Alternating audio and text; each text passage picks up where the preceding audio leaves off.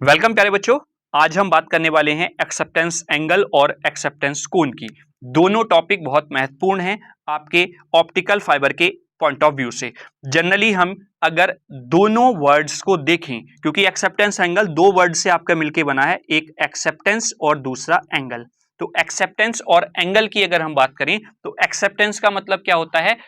ऐसा word acceptance मतलब क्या है, क्या शो कर रहा है कि अगर आपने कोई चीज अप्लाई की है और वो आपकी स्वीकार कर ली जाती है तो आप क्या बोलते हैं? एक्सेप्ट कर ली गई। सपोज आपने किसी भी आयोग में, किसी भी विभाग में कोई फॉर्म अप्लाई किया तो वो फॉर्म आपका एक्सेप्ट कर लिया गया उस विभाग की तरफ से, तो आप क्या कहेंगे कि मेरा फॉर्म एक्सेप्ट हो गया है। ठीक है, जब आप उसकी जो जो डिजायर्ड कंडीशंस हैं वो फुलफिल कर देते हैं तो ठीक। वहीं पर जब उसके आगे हमने एंगल वर्ड लगा दिया तो ऐसा एंगल जो एक्सेप्ट कर लिया गया है ना। तो अब यहां पर हम आते हैं, हमें पता है कि जो ऑप्टिकल फाइबर है उसका वर्किंग प्रिंसिपल TIR होता है। और TIR होता है, TIR के लिए पहली सिचुएशन होती है कि जो आपका कोर है, आपको पता है कि जो आपका वेवगाइड होता है ऑप्टिकल फाइबर का, उसमें कोर होता है, उसमें क्लैडिंग होती है। ठीक है, कोर और क्लैडिंग होती है। बाहर से आप फिजिकली प्रोटेक्शन प्रोवाइड कराने के लिए बफर जैकेट लगा देते हैं। तो कोर और क्लैडिंग यानी कि आपको अपनी जो इंफॉर्मेशन है अगर आप ऑप्टिकल फाइबर के थ्रू ट्रांसफर करना चाहते हैं तो आपकी जो इंफॉर्मेशन है वो ट्रेवल करनी चाहिए किसमें? कोर में, है ना। तो कोर का कुछ रिफ्रैक्टिव इंडेक्स होगा जिसको हम मान लेते हैं N1 है। क्लैडिंग का रिफ्रैक्टिव इंडेक्स N2 है।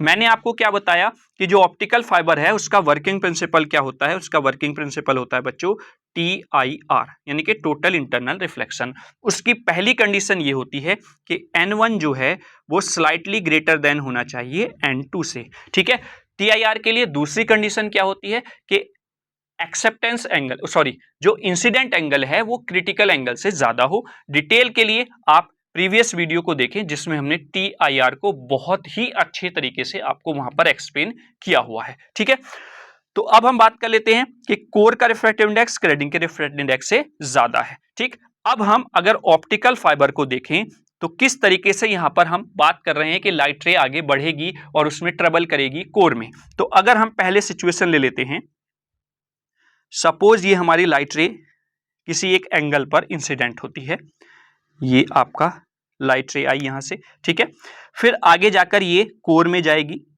कोर और क्लैडिंग के सरफेस पर टकराएगी और कोर और क्लैडिंग के सरफेस में टकराने के बाद सपोज ये चली जाती है बाहर, किसमें? क्लैडिंग में। ठीक है, तो ये जो एंगल्स हैं, अब मैं यहां पर इस एंगल की बात कर लेता हूं, ये आपका एज ए नॉर्मल लाइन यहां पर काम करेगा, तो ये एंगल ऑफ इंसिडेंस हो गया। ठीक है, इस एंगल ऑफ इंसिडेंस पर आपकी लाइट इंसिडेंट होती है और वो लाइट कोर में ट्रेवल ना करके क्लैडिंग में चली जाती है। तो जब ये लाइट क्लैडिंग में चली गई तो इसको हम बोलेंगे लॉस्ट। ये जो रे है या फिर ये जो इंफॉर्मेशन आप भेजना चाह रहे थे ये क्या हो गई है? लॉस्ड हो गई है, बेकार हो गई है, रिसीविंग एंड तक नहीं पहुंची है, यानी कि इनकम्प्लीट कम्युनिकेशन आपका हो जाता है। ठीक है, वहीं पर दूसरी सिचुएशन में हम क्या देखते हैं? दूसरी सिचुएशन में हमने देखा, सपोज इस एंगल को आपने थोड़ा सा रिड्यूस कर दिया, अब ये एंगल आपका ये हो गया है। ठीक है, जब ये एंगल आपको मिला यहां पर तो आपने क्या देखा? यहां पर जो लाइट रे है वो आपकी अब स्ट्राइक हुई यहां पर। ठीक है, अब ये लाइट इस पे स्ट्राइक हुई, अब ये जो लाइट जैसे ही कोर और क्लैडिंग के सरफेस पर गई और यहां पर इसने उस सिचुएशन को सेटिस्फाई कर दिया जो आपको TIR के लिए होनी थी, दूसरी सिचुएशन, तो ये लाइट रे आपको यहीं पर वापस देखने को मिल जाएगी, जिसको ही आप टोटल इंटरनल रिफ्लेक्शन बोलते हैं। जैसे कि ये ले यहां से गई ऐसे, ये रे आपकी यहां से एंटर करेगी ऐसे। ठीक है, ये रे आगे बढ़ी है ऐसे। ठीक है, यहां से ऐसे। क्लियर? तो ये आपको टोटल इंटरनल रिफ्लेक्शन देखने को मिल जाता है। आप बोल रहे होंगे बच्चे कि सर यहां पर एक्सेप्टेंस एंगल कहां पर है, किसको हम एक्सेप्टेंस एंगल बोलेंगे? तो अब यहां पर ध्यान से आप लोग समझेंगे कि जिस एंगल पर, अब दूसरा एंगल हम बात करें तो ये हो गया है ना, तो और मैं इसको नाम भी दे देता हूं कि ये जो थी आपकी रे 1 है और ये जो है आपकी रे 2 है। ठीक है तो एक एंगल पर आपकी रे 1 स्ट्राइक करती है, एक एंगल पर आपकी रे 2 स्ट्राइक करती है।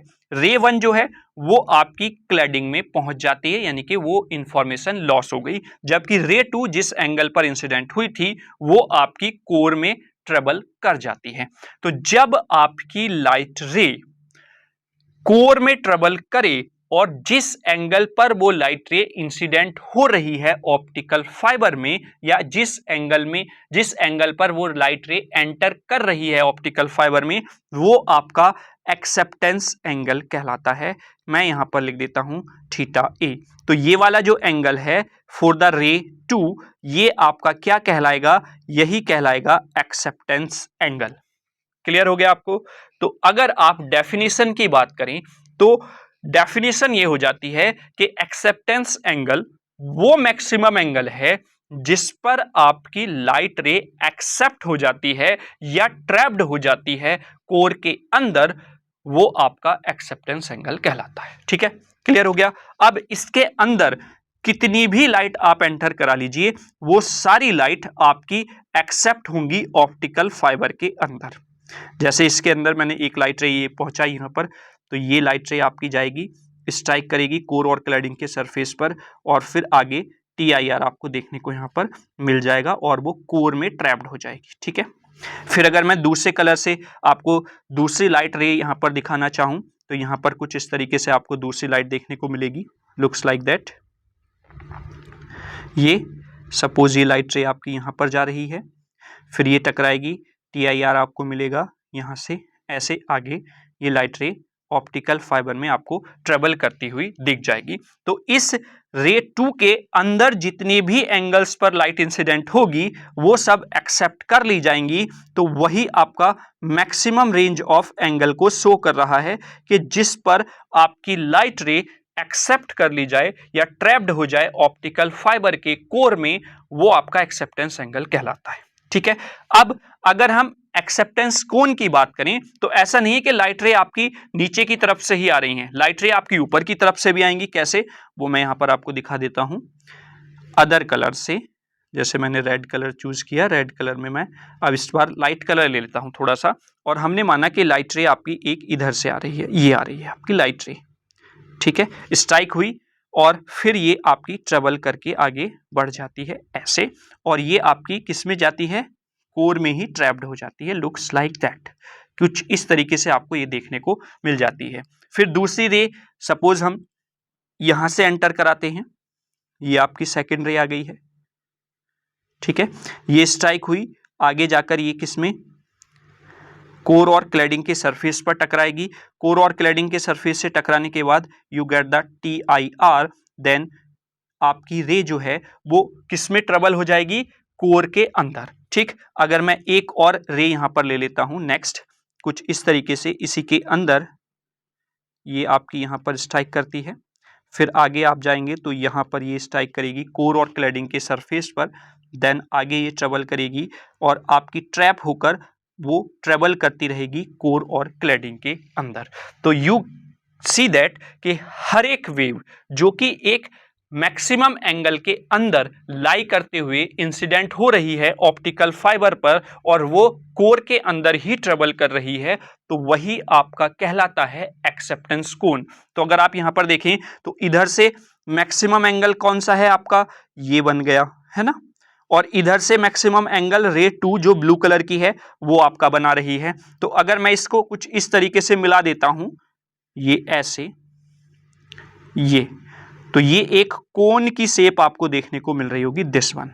तो this is called the acceptance cone. अब आप डेफिनेशन कैसे लिखेंगे कि maximum range of acceptance angle या maximum range of angle in which, जिस पर आपकी सारी rays under which all the light incident and accepted through the optical fiber या ट्रैप्ड इनटू द कोर, वो आपका एक्सेप्टेंस कोण कहलाएगा। मतलब वो मैक्सिमम रेंज ऑफ एंगल जिसके अंदर जितने भी एंगल लाई कर रहे हैं, अगर आपकी लाइट रे उस पर इंसिडेंट होती है तो वो आपकी ऑप्टिकल फाइबर में ट्रैप हो जाती है कोर के अंदर, तो वो आपका एक्सेप्टेंस कोण कहलाएगा। क्लियर हुआ?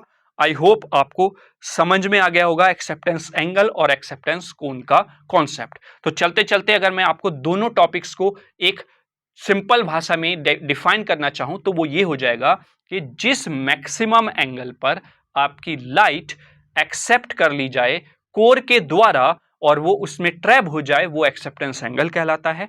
वो मैक्सिमम रेंज ऑफ एंगल्स जिसके अंदर जितनी भी लाइट आपकी स्ट्राइक करेंगी ऑप्टिकल फाइबर को, वो ट्रैप्ड हो जाती हैं कोर के अंदर और कोर के अंदर आगे बढ़कर ट्रेवल करती हैं, तो वो आपका एक्सेप्टेंस कोण कहलाता है। Is that clear? I hope आपको दोनों टॉपिक बहुत अच्छे से क्लियर हो गए होंगे। ठीक है, डिटेल वीडियोस के लिए आप हमारे चैनल की प्लेलिस्ट में जाइए, यूनिट वाइज आपको वहां पर सारी वीडियोस टॉपिक के फॉर्म में मिल जाएंगी। वन शूट वीडियोस भी यूनिट वाइज आपको देखने को मिल जाएंगी। तो जिस तरीके से भी आप बेनिफिट लेना चाहते हैं हमारे यूट्यूब चैनल से आप ले सकते हैं। ठीक है, कोई भी कमेंट आपका है तो कमेंट बॉक्स में आप कमेंट कर दीजिए, उसका सॉल्यूशन आपको तुरंत मिल जाएगा। ठीक है, तो आई होप आपको ये कॉन्सेप्ट क्लियर हो गया होगा एक्सेप्टेंस एंगल और एक्सेप्टेंस कोण का। तो चलिए अगली वीडियो में फिर मिलते हैं किसी अन्य टॉपिक के साथ। तब तक के लिए जय हिंद, जय भारत।